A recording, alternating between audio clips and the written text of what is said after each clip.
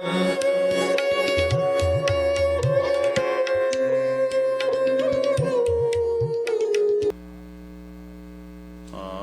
ਪੂਰਨ ਮਧ ਪੂਰਨ ਅੰਤ ਪੂਰਨ ਪਰਮੇਸ਼ਰੈ। ਸਿਮਰੰਤ ਸੰਤ ਸਰਬਤਰ ਰਮਣੰ ਨਾਨਕ ਅਗਨਾਸਨ ਜਗਦੀਸ਼ਰੈ। ਪੇਖਨ ਸੁਨਨ ਸੁਨਾਵਨੋ ਮਨ ਮੈਂ ਦ੍ਰਿੜੀਐ ਸਾਚ। ਪੇਖਨ ਸੁਨਨ ਸੁਨਾਵਨੋ ਮਨ ਮੈਂ ਦ੍ਰਿੜੀਐ ਸਾਚ।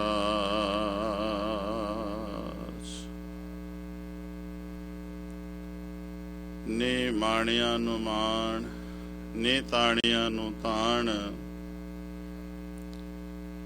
ਬੇਸਮਝਾਂ ਨੂੰ ਸਮਝ, ਸੂਝ ਬੂਝ ਅੰਧਕਾਰ ਡਾਰਕਨੈਸ, ਮਨ ਦੇ ਅਗਿਆਨਤਾ ਦੇ ਹਨੇਰੇ ਨੂੰ ਦੂਰ ਕਰ। ਨਿਰੰਕਾਰ ਪਰਵਤਗਾਰ ਪਰਮੇਸ਼ਰ ਨਾਲ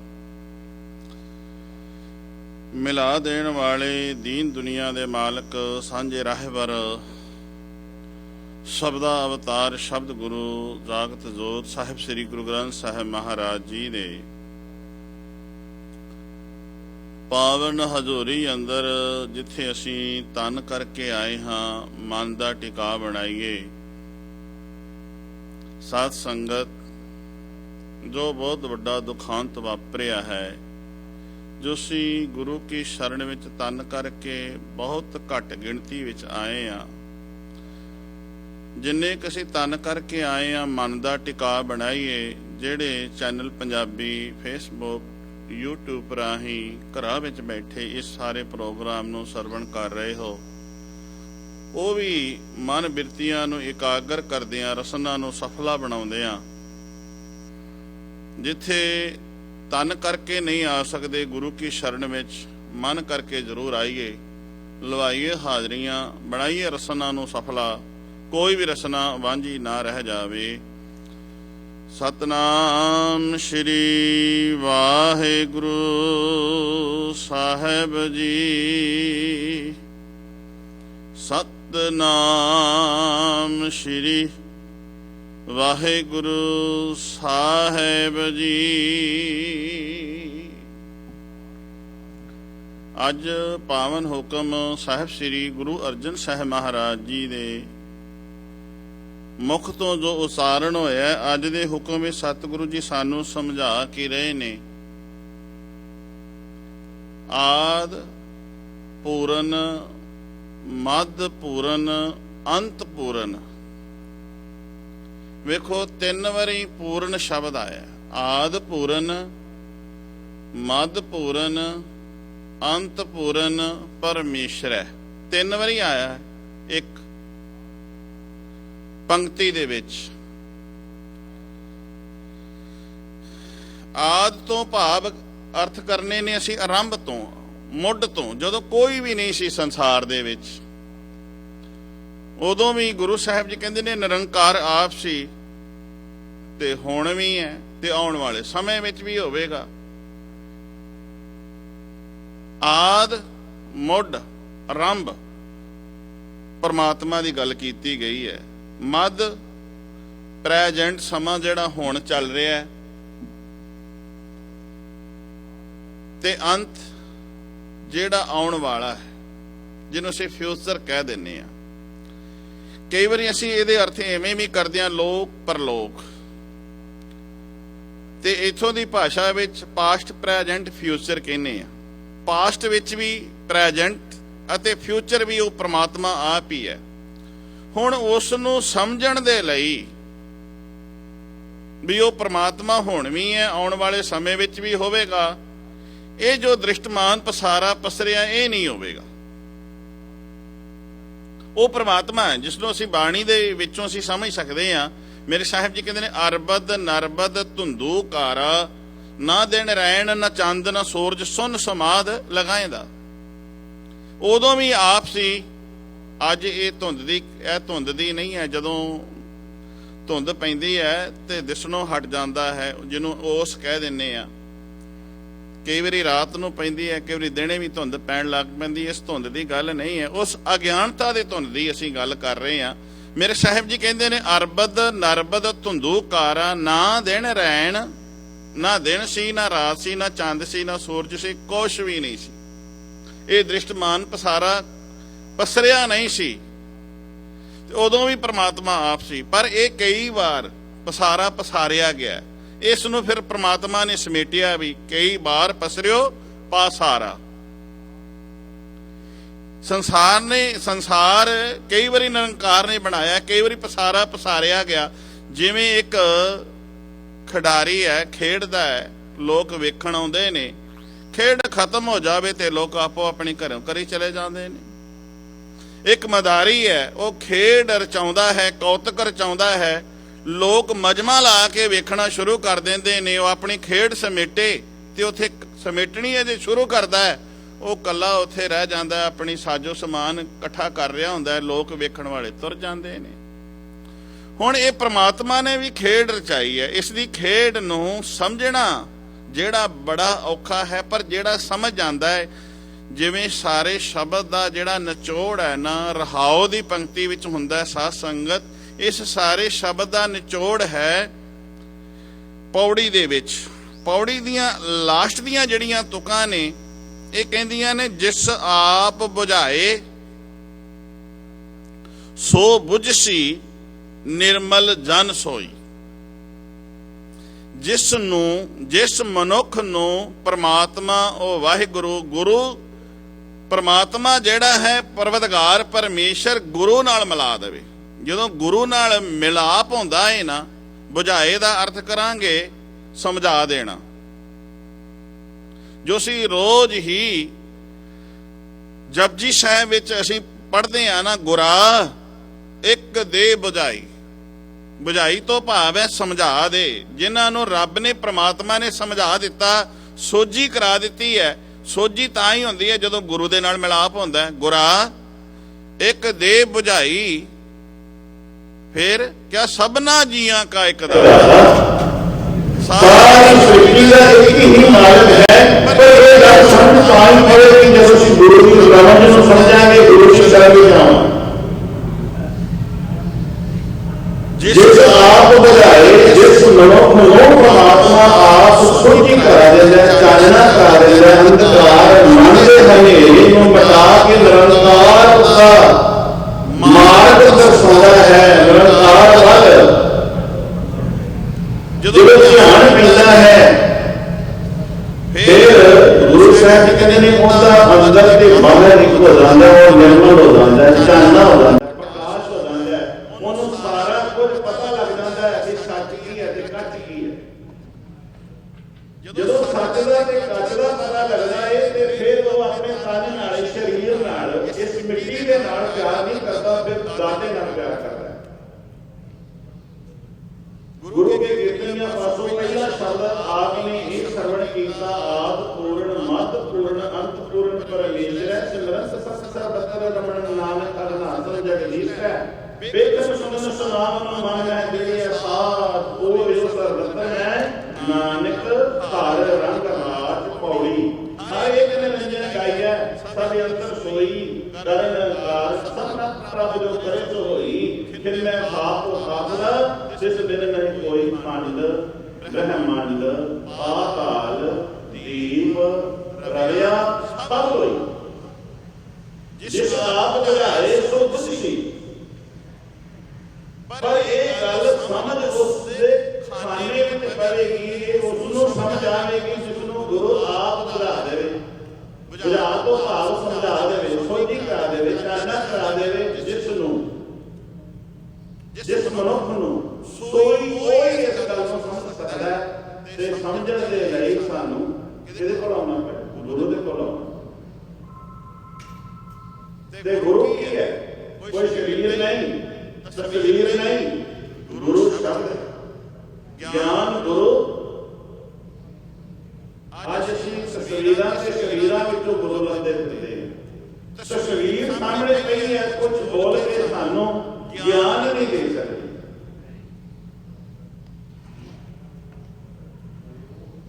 ਅਸੀਂ ਤਸਵੀਰਾਂ ਤੇ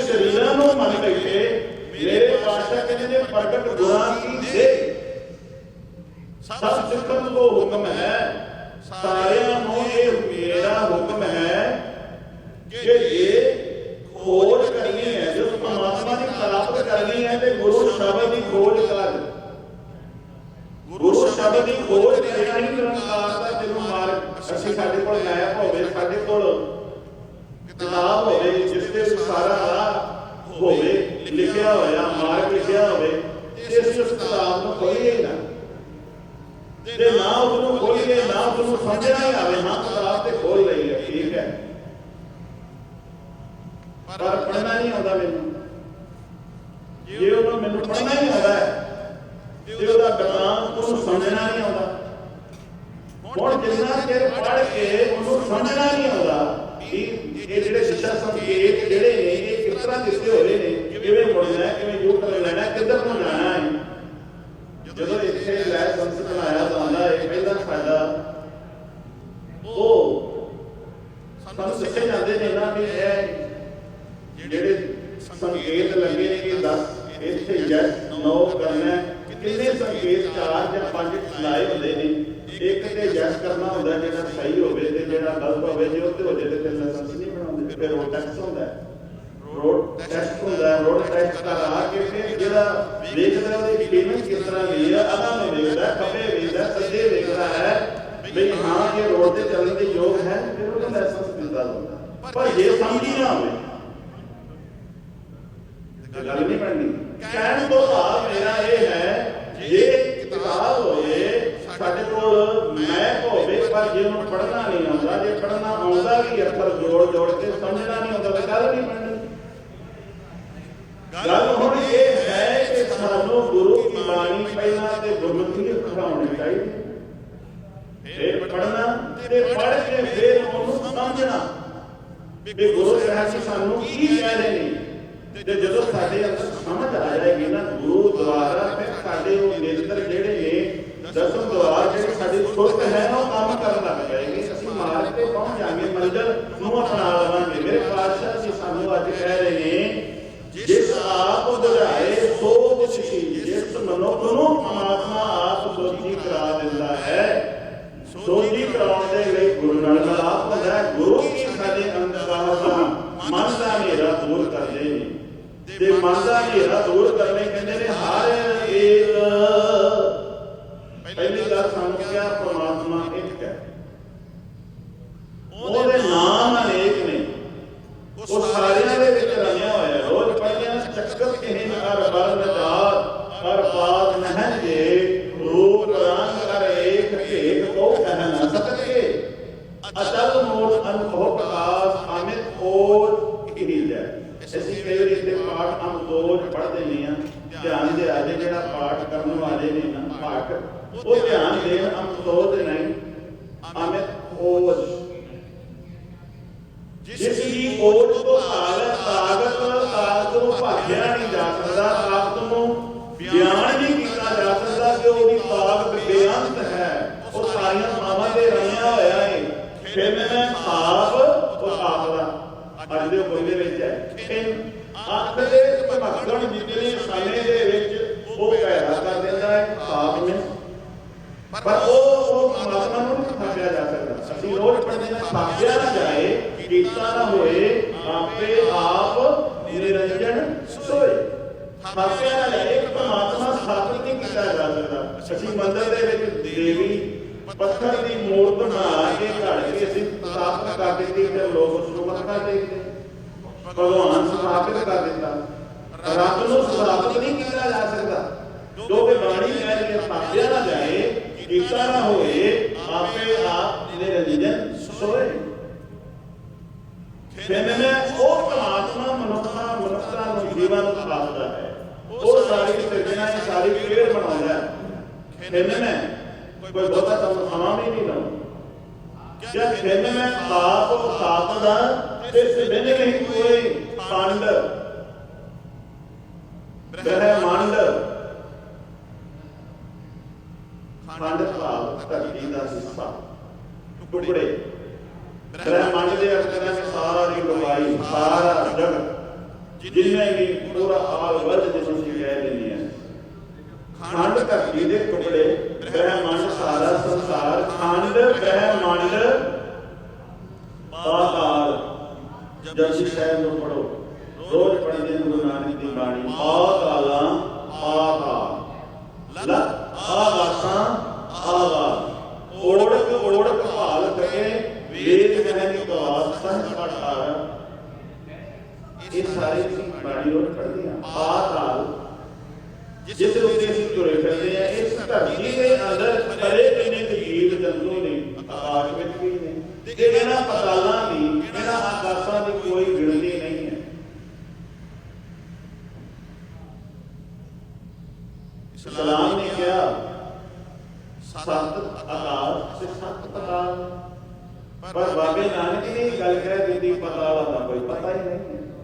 ਉਹਨਾਂ ਦਾ ਪ੍ਰਲੇਖ ਨਹੀਂ ਕੀਤਾ, ਉਹਨਾਂ ਦੇ ਬੋਲਾਂ ਨੂੰ ਖੰਡਨ ਨਹੀਂ ਕੀਤਾ ਕਿ ਹਾਂ ਜਿੰਨੀ ਕਿ ਜਿਸਦੀ ਨਿਗਾਹ ਹੈ, ਜਿੱਥੋਂ ਤੱਕ ਕੋਈ ਵੇਖ ਸਕਦਾ ਹੈ, ਜਿੰਨੀ ਰੱਬ ਨੇ ਜਿਹਦੇ ਵਿੱਚ ਦ੍ਰਿਸ਼ਟੀ ਦਿੱਤੀ ਹੈ, ਉੱਥੋਂ ਤੱਕ ਹੀ ਵੇਖ ਸਕਦਾ। ਹੁਣ ਮੇਰੀ ਨਿਗਾਹ ਜਿੰਨੀ ਕੁ ਕੰਮ ਕਰਦੀ ਹੈ, ਮੈਂ ਉੱਥੋਂ ਤੱਕ ਹੀ ਵੇਖਣਾ ਹੈ। ਹੁਣ ਮੇਰੇ ਤੋਂ ਜਿਹਦੀ ਨਿਗਾਹ ਜ਼ਿਆਦਾ ਤੇਜ਼ ਹੈ, ਉਹ ਕੁਝ ਦੂਰੀ ਤੱਕ ਵੇਖ ਸਕਦਾ ਹੈ। ਜਿਸਦੀ ਜਿੱਥੋਂ ਤੱਕ ਨਿਗਾਹ ਕੰਮ ਕਰਦੀ, ਉਹਨੇ ਉੱਥੋਂ ਤੱਕ ਹੀ ਵੇਖਣਾ ਹੈ ਨਾ। ਬਾਬੇ ਨਾਨਕ ਨੇ ਕਿਹਾ ਇਹ ਪਤਾਲਾਂ ਦਾ ਕੋਈ ਪਤਾ ਹੀ ਨਹੀਂ ਹੈ। ਉਹਨਾਂ ਦੀ ਦੂਰ ਦ੍ਰਿਸ਼ਟੀ ਨਾਲ ਕਹਿੰਦੇ ਨੇ ਪਾਤਾਲਾਂ ਪਾਤਾਲ, ਲੱਖ ਆਗਾਸਾਂ ਆਗਾਸ, ਓੜਕ ਓੜਕ ਭਾਲ ਕੇ, ਵੇਦ ਕਹਿਣ ਕਿ ਕਪਾਸ ਹੈ ਸਰਕਾਰਾ ਕਹਿਣ ਕਤੇਵਾ ਅਸੂ ਇੱਕ ਧਾਤ। ਫਿਰ ਕਿਆ ਲੇਖਾ ਹੋਏ ਤਾਂ ਲਿਖੀ ਹੈ, ਤਾਂ ਹੀ ਤਾਂ ਦੱਸਿਆ ਜਾ ਸਕਦਾ ਹੈ। ਜੇ ਉਹਦੇ ਪਰਮਾਤਮਾ ਅਲੇਖ ਹੈ, ਉਹ ਲਿਖੇ ਵਿੱਚ ਨਹੀਂ ਹੈ, ਉਹਦੇ ਗੁਣਾਂ ਨੂੰ ਵਰਣਨ ਨਹੀਂ ਕੀਤਾ ਜਾ ਸਕਦਾ। ਹਾਂ, ਉਹਨੂੰ ਉਸ ਦੀ ਰਮਜ ਨੂੰ ਸਮਝ ਕੇ ਉਸ ਦੇ ਸਮਾਇਆ ਜ਼ਰੂਰ ਜਾ ਸਕਦਾ ਹੈ। ਲੇਖਾ ਹੋਏ ਤਾਂ ਲਿਖਿਆ, ਪਰ ਜਿਹੜਾ ਉਹਦਾ ਲੇਖਾ ਕਰਨ ਵਾਲੇ ਉਹਦਾ ਵਿਨਾਸ਼ ਹੋ ਗਿਆ। ਜਿਹੜਾ ਉਸ ਤਾਕਤ ਨੂੰ ਅੰਤ ਦਾ ਅੰਤ ਪਾਉਣ ਵਾਸਤੇ ਤੁਰੇ ਨੇ, ਅਨੰਤ ਦਾ ਅੰਤ ਨਹੀਂ ਹੈ ਤੱਕ ਪਿਆ। ਮੇਰੇ ਬਾਦਸ਼ਾਹ ਜੀ ਕਹਿੰਦੇ ਨੇ ਇਹ ਮਨੁੱਖ ਉਸ ਪਰਮਾਤਮਾ ਨੂੰ ਜੇ ਸਮਝਣਾ ਹੈ ਤੇ ਗੁਰੂ ਦੀ ਰਮਜ ਸਮਝ, ਗੁਰੂ ਦੀ ਸ਼ਰਨ ਵਿੱਚ ਆ। ਪਰ ਜਿਹੜਾ ਗੁਰੂ ਦੇ ਕੋਲ ਆਏਗਾ, ਸਮਝ ਉਹਨੂੰ ਹੀ ਆਉਣੀ ਹੈ। ਗੁਰਾ ਇੱਕ ਦੇ ਬੁਝਾਈ, ਸਭਨਾ ਜੀਆਂ ਕਾ ਇੱਕ ਦਾਤਾ। ਜਦੋਂ ਪਤਾ ਲੱਗ ਗਿਆ ਸਾਰੀ ਸ੍ਰਿਸ਼ਟੀ ਦਾ ਇੱਕੋ ਹੀ ਮਾਲਕ ਹੈ, ਸਾਰਿਆਂ ਦਾ ਸੰਚਾਲਕ ਇੱਕ ਹੀ ਹੈ, ਸਾਰਿਆਂ ਵਿੱਚ ਉਹ ਪਰਮਾਤਮਾ ਆਪ ਬੈਠਾ ਹੈ।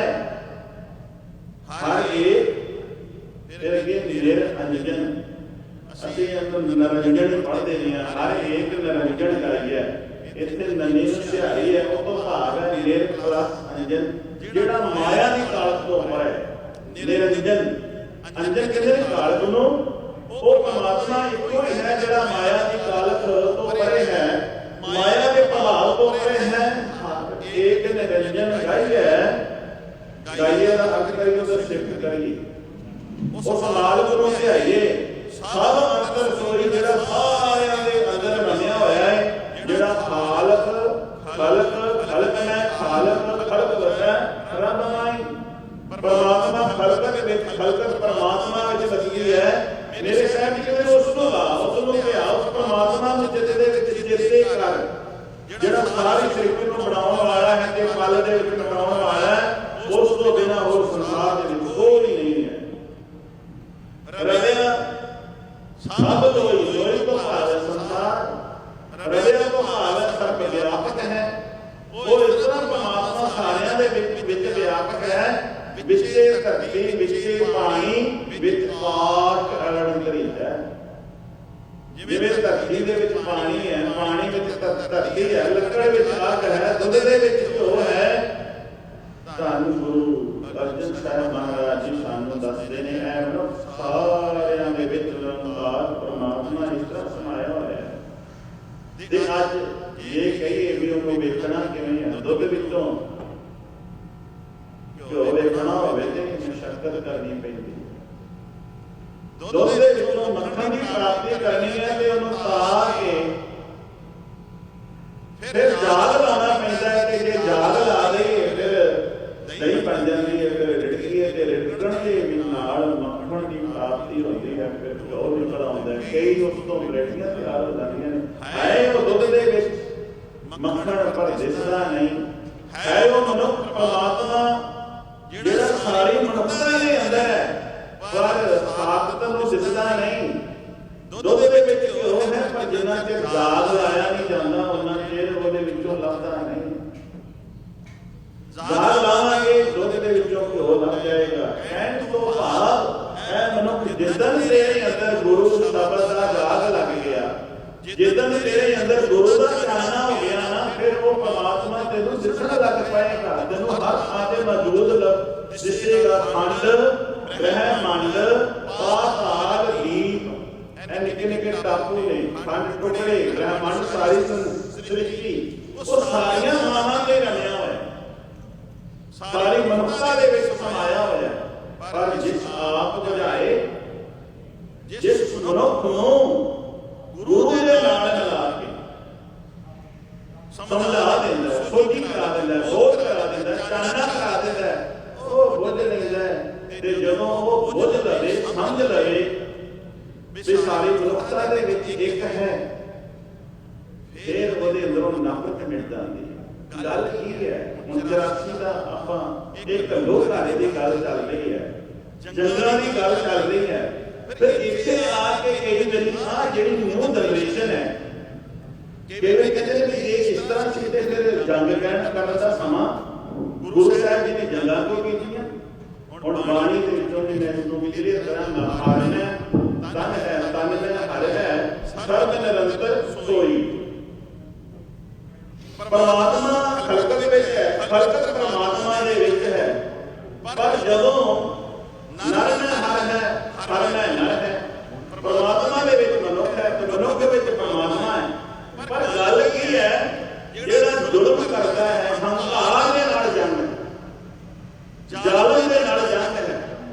ਜਿਹੜਾ ਜ਼ੁਲਮ ਕਰਦਾ ਹੈ, ਸਤਿਗੁਰੂ ਜੀ ਉਸ ਨੂੰ ਸਮਝਾਉਂਦੇ ਨੇ ਵੀ ਤੂੰ ਇਨਸਾਨ ਹੈ, ਇਨਸਾਨੀਅਤ ਦੇ ਵਿੱਚ ਆ। ਤੇ ਇਨਸਾਨੀਅਤ ਵਿੱਚ ਲਿਆਉਣ ਵਾਸਤੇ ਫਿਰ ਇਹ ਜੰਗਾਂ ਕਿਵੇਂ? ਇਹ ਜੰਗ ਇਹ ਸਾਡੇ ਮਨਾਂ ਵਿੱਚ ਏਕ ਨਹੀਂ ਤੇ ਬੜੇ ਪੁਰਨੇ ਫੁਰਦੇ ਨੇ। ਜੇ ਅਸੀਂ ਇਹ ਬਾਣੀ ਇਹ ਕਹਿ ਰਹੀ ਹੈ ਕਿ ਮਨੁੱਖਤਾ ਦੇ ਵਿੱਚ ਪਰਮਾਤਮਾ ਵਸਦਾ ਹੈ, ਪਰਮਾਤਮਾ ਮਨੁੱਖਤਾ ਵਿੱਚ ਵਸਦੀ ਹੈ, ਪਰ ਫਿਰ ਜੰਗਾਂ ਕਿਸ ਗੱਲ ਤੋਂ ਹੋਈਆਂ? ਧਿਆਨ ਦਿਆ, ਇਹ ਜਦੋਂ ਮਨੁੱਖ ਪਰਮਾਤਮਾ ਨੂੰ, ਉਸ ਵਾਹਿਗੁਰੂ ਨੂੰ ਬੇਮੁਖ ਆਪ ਹੋ ਕੇ ਮਨੁੱਖ ਮਾੜੇ ਕੰਮ ਕਰਦਾ ਹੈ, ਉਦੋਂ ਫਿਰ ਉਸ ਨੂੰ ਸਮਝਾਉਣ ਵਾਸਤੇ ਗੁਰੂ ਸਾਹਿਬ ਜੀ ਨੇ ਕਿਹਾ ਤੂੰ ਕਰ ਅਜਹਾਨਾ ਇਹ ਵਿਦੇਦਾ। ਭਾਵ ਮੈਂ ਇਸ ਮਿਆਨ ਤੋਂ ਕਿਰਪਾਨ ਨੂੰ ਵੱਢਣਾ ਨਹੀਂ ਸੀ, ਇਹਦੇ ਉੱਤੇ ਮੈਂ ਹੱਥ ਨਹੀਂ ਸੀ ਪਾਉਣਾ ਚਾਹੁੰਦਾ ਮੁੱਠੇ ਤੇ, ਪਰ ਲਾਚਾਰ ਹੋ ਕੇ ਜਦੋਂ ਇਹਨਾਂ ਨੇ ਜ਼ੁਲਮ ਕੀਤਾ ਤੇ ਮੈਨੂੰ ਮਿਆਨ ਚੋਂ ਕਿਰਪਾਨ ਬਾਹਰ ਕੱਢਣੀ ਪਈ ਹੈ। ਇਹ ਸਾਨੂੰ ਗੁਰੂ ਸਾਹਿਬ ਜੀ ਨੇ ਸਾਨੂੰ ਇਹ ਸਮਝਾਇਆ ਹੈ ਕਿ ਇਹ ਮਨੁੱਖਤਾ ਦੇ ਵਿੱਚ ਰੱਬ ਵਸਦਾ ਹੈ, ਪਰ ਉਸ ਦੀ ਰਾਖੀ ਕਰਨ ਦੇ ਲਈ ਜੇ ਸਮਾਂ ਆਵੇ ਤੇ ਤੈਨੂੰ ਫਿਰ ਸ਼ਸਤਰ ਦੀ ਜਿਹੜੀ ਤੂੰ ਵਰਤੋਂ ਕਰ ਸਕਦਾ ਹੈ। ਤੇ ਮੈਂ ਗੱਲ ਇਹ ਕਰ ਰਿਹਾ ਸੀ, ਜਦੋਂ ਸਤਿਗੁਰੂ ਜੀ ਨੇ ਆਨੰਦਗੜ੍ਹ ਕਿਲ੍ਹਾ ਛੱਡਿਆ ਹੈ, ਜਦੋਂ ਸਮੇਂ ਦੀਆਂ ਹਕੂਮਤਾਂ ਨੇ ਘੇਰਾ ਪਾਈ ਰੱਖਿਆ ਕਿ ਜੰਗਾਂ ਕੀ ਕਾਰਨ ਰਾਹ ਸਾਰੇ ਬੰਦ ਕਰ ਦਿੱਤੇ, ਸੰਗਤ ਨਹੀਂ ਆ ਰਹੀ। ਜਿਹੜਾ ਸੂਰਜ ਦਾ ਪਾਣੀ ਦਾ ਆ ਰਿਹਾ ਸੀ ਅਨੰਦਪੁਰ ਸਾਹਿਬ ਨੂੰ, ਉਹ ਬੰਦ ਕਰ ਦਿੱਤਾ। ਕਈਆਂ ਦੇ ਮਨ ਵਿੱਚ ਸਵਾਲ ਨੇ ਵੀ ਉਹ ਪ੍ਰਸਾਦੀ ਹਾਥੀ ਕਿੱਥੇ ਗਿਆ? ਕਈ ਇਹ ਵੀ ਕਹਿ ਦਿੰਦੇ ਨੇ ਪ੍ਰਸਾਦੀ ਹਾਥੀ ਕਿੱਥੇ ਗਿਆ? ਜਦੋਂ 7 ਮਹੀਨੇ ਦੇ ਖੁਦ ਦਿਨ ਘੇਰਾ ਪੈ ਰਿਹਾ ਸੀ, ਜਿਹੜੇ ਅੰਦਰ ਹਾਥੀ ਸੀ, ਘੋੜੇ ਸਨ, ਮਨੁੱਖ ਜਿਹੜੇ ਸਿੰਘ ਅੰਦਰ ਜੀਵ ਇੱਕ ਤਨ ਦੇ ਵਿੱਚ ਅੰਦਰ ਜਿਸ ਦੇ ਵਿੱਚ ਭੋਜਨ ਜਾਵੇ ਤੇ ਮਨੁੱਖ ਤਾਂ ਹੀ ਸਕਦਾ ਹੈ ਨਾ। ਨਹੀਂ ਤੇ ਭੁੱਖ ਬੜੀ ਸਭ ਤੋਂ ਵੱਡਾ ਦੁੱਖ ਭੁੱਖਦਾ ਹੈ। ਆਪ ਭੁੱਖੇ ਹੈ ਤੇ ਜਿਹੜੇ ਘੋੜੇ ਸਨ, ਹਾਥੀ ਸਨ, ਪ੍ਰਸਾਦੀ ਹਾਥੀ ਕੀ ਉਹ ਭੁੱਖ ਦੇ ਨਾਲ ਹੀ ਉਹਨਾਂ ਦੀ ਅੰਦਰ ਮੌਤ ਹੋ ਗਈ, ਮਰ ਗਏ।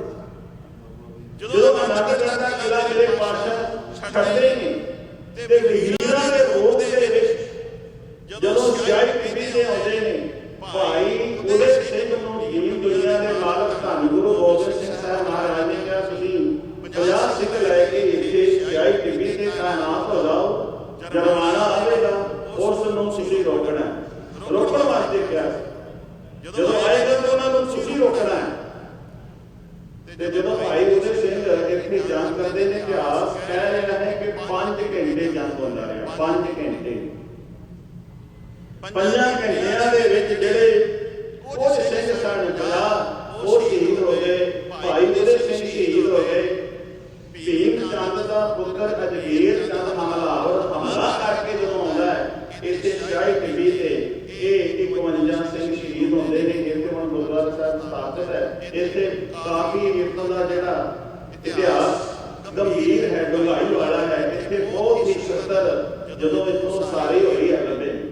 ਇੱਕ ਇੱਥੇ ਹੁਣ ਮੈਂ ਗੱਲ ਕਹਿ ਕੇ ਅੱਗੇ ਵਧਾਂ। ਅਜਮੇਰ ਚੰਦ ਭਾਈ ਉਦੈ ਸਿੰਘ ਦਾ ਸਿਰ ਵੱਢ ਕੇ ਰੋਪੜ ਭੇਜ ਦਿੰਦਾ ਸ਼ਾਹੀ ਹੁਕਮਰਾਨਾਂ ਦੇ ਕੋਲ। ਕਿਉਂ? ਕਿ ਉਸਨੂੰ ਭੁਲੇਖਾ ਪੈ ਗਿਆ ਕਿ ਭਾਈ ਉਦੈ ਸਿੰਘ ਗੁਰੂ ਗੋਬਿੰਦ ਸਿੰਘ ਸਾਹਿਬ ਜੀ ਨੇ। ਕਿਉਂਕਿ ਭਾਈ ਉਦੈ ਸਿੰਘ ਨੇ ਸਾਹਿਬ ਸ੍ਰੀ ਗੁਰੂ ਗੋਬਿੰਦ ਸਿੰਘ ਸਾਹਿਬ ਮਹਾਰਾਜ ਦੀ ਪੁਸ਼ਾਕ ਪਹਿਨੀ ਹੋਈ ਸੀ ਤੇ ਗੁਰੂ ਸਾਹਿਬ ਜੀ ਨੇ ਆਪਣਾ ਖਾਸ ਰੂਪ, ਜਦੋਂ ਅਸੀਂ ਕਹਿੰਦੇ ਖਾਲਸਾ ਮੇਰੋ ਰੂਪ ਹੈ ਖਾਸ, ਖਾਲਸੇ ਨੇ ਹੋ ਕਰੋ ਨਿਵਾਸ, ਹੋ ਖਾਲਸੇ ਕੋ ਖਾਲਸਾ ਮੇਰੋ ਉਹ ਸਾਗਰ ਹੁੰਦੇ ਰੋ। ਬਿਲਕੁਲ ਹੂ ਮੇਰਾ ਫੇਸ ਲੱਗਿਆ, ਆਪਣਾ ਫੇਸ ਗੁਰੂ ਨੇ ਦਿੱਤਾ ਸੀ। ਤੇ ਇਹ ਸਿਰ ਵੱਢ ਕੇ ਜਦੋਂ ਭਾਈ ਉਦੈ ਸਿੰਘ ਦਾ ਉਸ ਪਾਸੇ ਨੂੰ ਪਹੁੰਚਾਇਆ ਜਾਂਦਾ ਹੈ, ਇੱਥੋਂ ਭਾਈ ਉਦੈ ਸਿੰਘ ਜੰਗ ਦੇ ਵਿੱਚ ਸ਼ਹੀਦ ਹੋ ਜਾਂਦੇ ਨੇ। ਸਾਹਿਬ ਸ੍ਰੀ ਗੁਰੂ ਗੋਬਿੰਦ ਸਿੰਘ ਸਾਹਿਬ ਮਹਾਰਾਜ ਕੋਟਲਾ ਨਿਹੰਗ ਪਹੁੰਚ ਜਾਂਦੇ ਨੇ। ਲਖੀਮਪੁਰ ਹੁੰਦੇ ਆ, ਬੜੋ ਮਾਜਰਾ, ਬਾਹਮਣ ਮਾਜਰਾ ਹੁੰਦੇ ਆ। ਜਦੋਂ ਨਿਹੰਗ ਖਾਨ ਦੇ ਘਰ ਪਹੁੰਚਦੇ ਨੇ, ਮੇਰੇ ਸਾਹਿਬਾਂ ਦੇ ਨਾਲ ਲਗਭਗ ਉਦੋਂ 40 ਕੁ ਸਿੰਘ ਸਨ। ਜਿਹੜਾ ਬਾਬਾ ਜੀਵਨ ਸਿੰਘ ਹੈ ਰੰਗਰੇਟਾ ਗੁਰੂ ਦਾ ਬੇਟਾ, ਇਹ ਜੋ ਜਿਹੜੀ ਹੈ ਝੱਲੀਆਂ ਪਿੰਡ ਦੀ ਜੋ ਹੈ 100 ਸਿੰਘ ਦੇ ਕੇ ਸਤਿਗੁਰੂ ਜੀ ਨੇ ਇੱਥੇ ਤਾਇਨਾਤ ਕਰ ਦਿੱਤਾ ਕਿ ਜਿਹੜੀਆਂ ਫੌਜਾਂ ਆਉਣਗੀਆਂ ਤੁਸੀਂ ਉਹਨਾਂ ਨੂੰ ਦੰਦ ਉਹਨਾਂ ਦੇ ਕੱਟੇ ਕਰਨੇ ਨੇ। ਤੇ ਭਾਈ ਬਚਿੱਤਰ ਸਿੰਘ ਜਿਹੜੀਆਂ ਫੌਜਾਂ ਸਮੇਂ ਦੀਆਂ ਹਕੂਮਤ ਦੀਆਂ ਰੋਪੜ ਵੱਲੋਂ ਆਉਣੀਆਂ ਸਨ, ਉਸ ਪਾਸੇ ਮਲਕਪੁਰ ਰੰਗਣਾ ਵਾਲੇ ਪਾਸੇ ਭਾਈ ਬਚਿੱਤਰ ਸਿੰਘ 100 ਸਿੰਘ ਲੈ ਕੇ ਜੂਝਦਾ। ਭਾਈ ਬਚਿੱਤਰ ਸਿੰਘ ਜਦੋਂ ਇੱਥੇ ਜੂਝਦਾ ਹੋਇਆ ਸਮੇਂ ਦੀਆਂ ਹਕੂਮਤਾਂ ਦੇ ਨਾਲ ਫੱਟੜ ਹੋ ਜਾਂਦੇ, ਨਾਲ ਦੇ ਸਾਰੇ ਸਿੰਘ ਸ਼ਹੀਦ ਹੋ ਜਾਂਦੇ ਨੇ। ਬਾਬਾ ਜੀ ਸਿੰਘ, ਬੁੱਢਾ ਸਿੰਘ ਅਤੇ ਭਾਈ ਮਦਨ ਸਿੰਘ ਇਹ ਪਿੱਛੋਂ ਆਉਂਦੇ ਨੇ ਤੇ ਬਾਬਾ ਬਚਿੱਤਰ ਸਿੰਘ ਨੂੰ ਕਿ ਫੱਟੜ ਨੂੰ ਚੁੱਕ ਕੇ ਕੋਟਲਾ ਨਿਹੰਗ ਖਾਨ ਦੇ ਘਰ ਪਹੁੰਚ ਜਾਂਦੇ। ਇੱਥੇ ਸਤਿਗੁਰੂ ਜੀ ਬਾਬਾ ਬਚਿੱਤਰ ਸਿੰਘ ਨੂੰ ਛੱਡ ਕੇ ਆਪ ਤੇ ਚਮਕੌਰ ਦੀ ਗੜੀ ਵੱਲ ਤੁਰਦੇ ਨੇ। ਮੈਂ ਇੰਨੀ ਗੱਲ ਕਹਿ ਕੇ ਸਮਾਪਤੀ ਵੱਲੇ ਆਵਾਂ।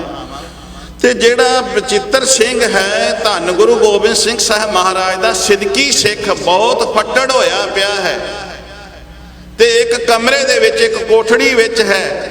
ਉੱਥੇ ਨਿਹੰਗ ਖਾਨ ਦੀ ਜਿਹੜੀ ਬੱਚੀ ਮੁਮਤਾਜ਼ ਹੈ ਉਹ ਉਸ ਦੀ ਖਿਦਮਤ ਕਰ ਰਹੀ ਹੈ, ਸੇਵਾ ਕਰ ਰਹੀ ਹੈ।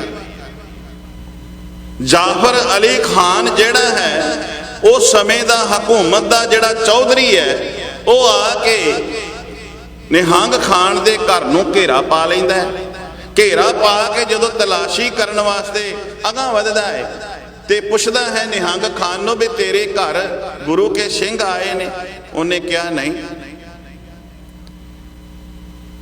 ਮੇਰੇ ਘਰ ਵਿੱਚ ਕੋਈ ਵੀ ਨਹੀਂ ਹੈ। ਜਦੋਂ ਤਲਾਸ਼ੀ ਲੈਣ ਲੱਗੇ ਤੇ ਕੋਠੜੀ ਦੇ ਵਿੱਚ ਕੀ ਹੈ? ਇੱਕ ਸਰੀਰ ਹੈ ਜਿਹੜਾ ਸਾਰੇ ਕੱਪੜੇ ਦੇ ਨਾਲ ਢੱਕਿਆ ਹੋਇਆ ਹੈ ਤੇ ਇਸ ਦੀ ਬੇਟੀ ਮੁਮਤਾਜ਼ ਉਸ ਦੀ ਖਿਦਮਤ ਕਰ ਰਹੀ ਹੈ। ਨਿਹੰਗ ਖਾਨ ਨੇ ਇਹ ਗੱਲ ਕਹਿ ਦਿੱਤੀ, ਮੇਰੇ ਘਰ ਕੋਈ ਸਿੰਘ ਨਹੀਂ ਹੈ, ਇਸ ਕੋਠੜੀ ਦੇ ਵਿੱਚ ਮੇਰਾ ਧੀ ਤੇ ਜਵਾਈ ਹੈ। ਬਾਹਰ ਖਲੋਤਾ ਹੋਇਆ ਹੈ, ਖਿਦਮਤ ਕਰ ਰਹੀ ਹੈ ਮੁਮਤਾਜ਼ ਉਸ ਦੀ ਪੁੱਤਰੀ। ਕਿਹਾ ਮੇਰਾ ਧੀ ਜਵਾਈ ਹੈ, ਮੇਰਾ ਦਮਾਦ ਹੈ ਤੇ ਮੇਰੀ ਧੀ ਹੈ। ਜਦੋਂ ਕੰਨਾਂ ਦੇ ਵਿੱਚ ਆਵਾਜ਼ ਪਈ ਮੁਮਤਾਜ਼ ਉਸ ਦੀ ਬੇਟੀ ਦੇ ਤੇ ਬਈ ਮੇਰੇ ਪਿਤਾ ਨੇ ਕਹਿ ਦਿੱਤਾ ਹੈ ਮੇਰਾ ਧੀ ਜਵਾਈ ਹੈ, ਤੇ ਅੱਜ ਦੀਆਂ ਬੱਚੀਆਂ ਨੂੰ ਮੈਂ ਗੱਲ ਇਸ ਸ਼ਹੀਦੀ ਸਾਕੇ ਦੇ ਨਾਲੇ ਦੱਸਣੀ ਚਾਹੁੰਦਾ ਵਾਂ। ਮੁਮਤਾਜ਼ ਨੇ ਕੇਵਲ ਇੰਨੀ ਗੱਲ ਹੀ ਉਹਦੇ ਕੰਨਾਂ ਵਿੱਚ ਪਈ ਸੀ ਕਿ ਮੇਰੇ ਪਿਤਾ ਨੇ ਇਹ ਬੋਲ ਜਿਹੜੇ ਬੋਲੇ ਨੇ ਧੀ ਜਵਾਈ ਵਾਲੇ, ਇਹ ਮੇਰਾ ਅੱਜ ਤੋਂ ਪਤੀ ਹੋ ਗਿਆ, ਉਹਨੂੰ ਪਤੀ ਸਵੀਕਾਰ ਲਿਆ। ਬੱਸੀ ਪਠਾਣਾ ਕੇ ਇੱਕ ਨੌਜਵਾਨ ਦੇ ਨਾਲ ਉਸ ਦਾ ਮੰਗੇਣਾ ਜਿਹੜੀ ਮੰਗਣੀ ਹੋ ਚੁੱਕੀ ਸੀ, ਪਰ ਪਿਤਾ ਨੇ ਜਦੋਂ ਇਹਨੇ ਬੋਲ ਕਹੇ ਉਹਨੇ ਸਵੀਕਾਰ ਲਿਆ। ਉਸ ਦੀ ਸੇਵਾ ਵਿੱਚ ਰਹੀ ਭਾਈ ਬਚਿੱਤਰ ਸਿੰਘ ਨਿਹੰਗ ਖਾਨ ਕੋਟਲਾ ਵਿਖੇ ਜਦੋਂ ਇਸ ਦੀ ਸੇਧ ਦਿਨ ਪਰ ਦਿਨ ਜਿਹੜੀ ਠੀਕ ਨਾ ਹੋ ਸਕੀ ਤੇ ਭਾਈ ਬਚਿੱਤਰ ਸਿੰਘ 8 ਦਸੰਬਰ ਨੂੰ ਸ਼ਹੀਦ ਹੋ ਗਿਆ। ਇਹ ਕੋਟਲਾ ਨਿਹੰਗ ਖਾਨ ਦੇ ਘਰ ਬਾਬਾ ਬਚਿੱਤਰ ਸਿੰਘ ਗੁਰੂ ਸਾਹਿਬ ਜੀ ਦੇ ਨਾਲ ਅੱਗੇ ਨਹੀਂ ਜਾ ਸਕਿਆ। ਪਿੰਡ ਜੂਹ ਦੀਆਂ ਝੱਖੀਆਂ ਵਿੱਚ ਜਦੋਂ ਭਾਈ ਜੀਵਨ ਸਿੰਘ ਜੰਗ ਵਿੱਚ ਜੂਝ ਰਹੇ ਸਨ, ਇੱਥੇ ਆਲਮ ਸਿੰਘ ਨੱਚਣਾ ਦੀ ਪਤਨੀ ਬੀਬੀ ਭਿੱਖਾ ਅਤੇ ਭਾਈ ਆਲਮ ਸਿੰਘ ਦੇ ਮੱਥੇ ਦੇ ਵਿੱਚ ਗੋਲੀ ਲੱਗਦੀ ਹੈ ਤੇ ਇਹ ਇੱਥੇ ਸ਼ਹੀਦ ਹੋ ਜਾਂਦੇ ਨੇ। ਜਦੋਂ ਅਸੀਂ ਕਹਿੰਦੇ ਆ ਨਾ ਵੀ ਸਾਹਿਬ ਸ੍ਰੀ ਗੁਰੂ ਗੋਬਿੰਦ ਸਿੰਘ ਸਾਹਿਬ ਮਹਾਰਾਜ ਦੇ ਨਾਲ 40 ਕੋ ਸਿੰਘ ਸਨ, ਹੈ ਵਾਕਿਆ 40 ਕੁ। ਇਹ ਇਸ ਤਰ੍ਹਾਂ ਸੀ ਕਿ ਜਦੋਂ ਆਨੰਦਗੜ੍ਹ ਦਾ ਕਿਲਾ ਸਤਿਗੁਰੂ ਜੀ ਛੱਡਦੇ ਨੇ ਨਾ, ਉਸ ਸਮੇਂ ਹੀ ਵਹੀਰਾਂ ਦੇ ਵਿੱਚ ਖਾਲਸੇ ਨੂੰ ਵੰਡ ਦਿੰਦੇ ਨੇ ਤੇ ਵਹੀਰਾਂ ਦੇ ਰੂਪ ਵਿੱਚ ਹੀ ਇੱਥੋਂ ਸੰਗਤਾਂ ਸਿੱਖ ਜਿਹੜੇ ਨੇ ਤੁਰਦੇ ਨੇ ਤੇ ਸਤਿਗੁਰੂ ਜੀ ਦੇ ਨਾਲ 40 ਹੀ ਸਿੰਘ ਰਹਿੰਦੇ ਨੇ। ਜਦੋਂ ਬਾਬਾ ਅਜੀਤ ਸਿੰਘ ਕੋਟਲਾ ਨਿਹੰਗ ਖਾਨ ਆ ਕੇ ਮਿਲਦੇ ਨੇ, ਫਿਰ ਬਾਬਾ ਅਜੀਤ ਸਿੰਘ ਇੱਥੋਂ ਅਗਾਂਹ ਚੱਲਦੇ ਨੇ। ਭਾਈ ਉਦੇ ਸਿੰਘ ਸ਼ਾਹੀ ਟਿੱਬੀ ਤੇ ਸ਼ਹੀਦ ਹੋ ਜਾਂਦੇ ਨੇ। ਬਾਬਾ ਬਚਿੱਤਰ ਸਿੰਘ ਕੋਟਲਾ ਨਿਹੰਗ ਖਾਨ ਦੇ ਸ਼ਹੀਦ ਹੁੰਦੇ ਨੇ ਤੇ ਜਿਹੜੇ ਬਿਲਕੁਲ ਨਿਕਟਵਰਤੀ ਜਿਨ੍ਹਾਂ ਨੂੰ ਗੁਰੂ ਸਾਹਿਬ ਜੀ ਨੇ ਬੇਟਾ ਕਿਹਾ ਸੀ ਨਾ, ਉਹ ਪਿੰਡ ਝੱਖੀਆਂ ਜੂਹ ਮੱਥੇ ਵਿੱਚ ਗੋਲੀ ਖਾ ਕੇ ਸ਼ਹੀਦ ਹੋ ਜਾਂਦੇ ਨੇ। ਗੁਰੂ ਪਿਆਰਿਓ, ਕਹਿਣ ਤੋਂ ਭਾਵ ਇਹ ਹੈ ਕਿ ਜਿਸ ਨੂੰ ਗੁਰੂ ਸਾਹਿਬ ਜੀ ਨੇ ਇਸ ਗੱਲ ਨੂੰ ਸਮਝਾ ਦਿੱਤਾ, ਉਹਨਾਂ ਨੇ ਗੁਰੂ ਦੇ ਨਾਲ ਪਿਆਰ ਕੀਤਾ ਹੈ, ਆਪਣੇ ਤਨ ਨਾਲ ਪਿਆਰ ਨਹੀਂ ਕੀਤਾ, ਆਪਣੇ ਸਰੀਰ ਨਾਲ ਨਹੀਂ। ਉਹਨਾਂ ਨੇ ਗੁਰੂ ਦੀ ਰਜ਼ਾ ਦੇ ਵਿੱਚ ਰਹਿਣਾ। ਚਾਹਿਆ ਖਸਮੇ ਸੋਈ ਭਾਵਦਾ, ਖਸਮੇ ਦਾ ਜਿਸ ਭਾਣਾ ਭਾਵੈ। ਖਸਮੇ ਸੋਈ ਭਾਵਦਾ, ਖਸਮ ਨੂੰ ਉਹ ਚੰਗਾ ਲੱਗਦਾ ਹੈ ਜਿਹੜਾ ਖਸਮ ਦੀ ਰਜ਼ਾ ਦੇ ਵਿੱਚ ਰਹਿੰਦਾ ਹੈ, ਜਿਹੜਾ ਖਸਮ ਦੇ ਭਾਣੇ ਨੂੰ ਮੰਨਦਾ ਹੈ। ਤੇ ਅੱਜ ਗੁਰੂ ਪਿਆਰਿਓ, ਜਿਹਨਾਂ ਨੇ ਖਸਮ ਦੇ ਮਾਲਕ ਦੇ ਭਾਣੇ ਨੂੰ ਮੰਨਿਆ ਨਾ, ਅੱਜ ਅਸੀਂ ਸਾਰੇ ਉਹਨਾਂ ਨੂੰ ਯਾਦ ਕਰਨੇ ਆ। ਸਵੇਰਾ ਹੋਵੇ, ਦੁਪਹਿਰਾ ਹੋਵੇ, ਸ਼ਾਮ ਹੋਵੇ, ਅਸੀਂ ਉਹਨਾਂ ਨੂੰ ਅਰਦਾਸ ਰਾਹੀਂ ਰੋਜ਼ ਸ਼ਰਧਾਂਜਲੀਆਂ ਦਿੰਦੇ ਆ। ਮੇਰੇ ਇੰਨੇ ਕਿ ਮੈਂ ਬੋਲ ਕਹੇ ਨੇ ਕਿ ਅਸੀਂ ਖਸਮ ਦੇ ਉਸ ਮਾਲਕ ਦੇ ਭਾਣੇ ਵਿੱਚ ਰਹਿਣਾ ਹੈ, ਰਜ਼ਾ ਦੇ ਵਿੱਚ ਰਹਿਣਾ ਹੈ। ਤੇ ਜਿਹੜੇ ਮੈਂ ਮਮਤਾਜ ਵਾਲੀ ਗੱਲ ਕੀਤੀ ਹੈ ਨਿਹੰਗ ਖਾਨ ਦੀ ਬੇਟੀ ਦੀ, ਮੈਂ ਅੱਜ ਦੀਆਂ ਧੀਆਂ ਭੈਣਾਂ ਨੂੰ ਇਹ ਕਹਿਣਾ ਚਾਹੁੰਦਾ ਵਾਂ, ਜਿੱਥੇ ਮਾਪੇ ਕਹਿਣ, ਜਿਸ ਪਾਸੇ ਮਾਪੇ ਤੋਰਨ, ਆਪਣੇ ਮਾਪਿਆਂ ਦਾ ਕਹਿਣਾ ਮੰਨਣਾ ਚਾਹੀਦਾ। ਆਪਣੇ ਜਜ਼ਬਾਤ ਦੇ ਵਿੱਚ ਆ ਕੇ ਰਾਹ ਤੋਂ ਕੁਰਾਏ ਪੈ ਜਿਹੜੀਆਂ ਬੱਚੀਆਂ ਜਾਂਦੀਆਂ ਨੇ, ਉਹ ਖੱਜਲ ਖਵਾਰ ਹੁੰਦੀਆਂ ਨੇ। ਮਮਤਾਜ ਦੇ ਕੰਨਾਂ 'ਚ ਇੰਨੀ ਕੋ ਗੱਲ ਪਈ ਸੀ, ਨਿਹੰਗ ਖਾਨ ਨੇ ਕਹਿ ਦਿੱਤਾ ਸੀ ਮੇਰਾ ਅੰਦਰ ਧੀ ਜਵਾਈ ਪਿਆ, ਤੇ ਬਸੀ ਪਠਾਣਾ ਉਹ ਮੰਗੀ ਹੋਈ ਸੀ, ਉਹਨੇ ਆਪਣਾ ਪਤੀ ਮੰਨ ਲਿਆ। ਕਿਤੇ ਸਾਨੂੰ ਵੀ ਆਪਣੇ ਵੱਡਿਆਂ ਬਜ਼ੁਰਗਾਂ ਦਾ ਕਹਿਣਾ ਮੰਨਣਾ ਆਵੇ। ਗੁਰੂ ਕਿਰਪਾ ਕਰਨ ਇਹ ਸ਼ਬਦ ਸਾਡੇ ਹਿਰਦੇ ਵਿੱਚ ਵਸ ਜਾਵੇ। ਜਿਹੜਾ ਅੱਜ ਦਾ ਪਾਵਨ ਹੁਕਮ ਆਇਆ, ਹਰ ਏਕ ਨਿਰੰਜਨ ਗਾਈਐ, ਸਭ ਅੰਤਰ ਸੋਈ, ਕਰਨ ਕਾਰਨ ਸਮਰੱਥ ਪ੍ਰਭ, ਜੋ ਕਰੇ ਸੋ ਹੋਈ। ਵਾਹਿਗੁਰੂ ਜੀ ਕਾ ਖਾਲਸਾ, ਵਾਹਿਗੁਰੂ ਜੀ ਕੀ ਫਤਿਹ।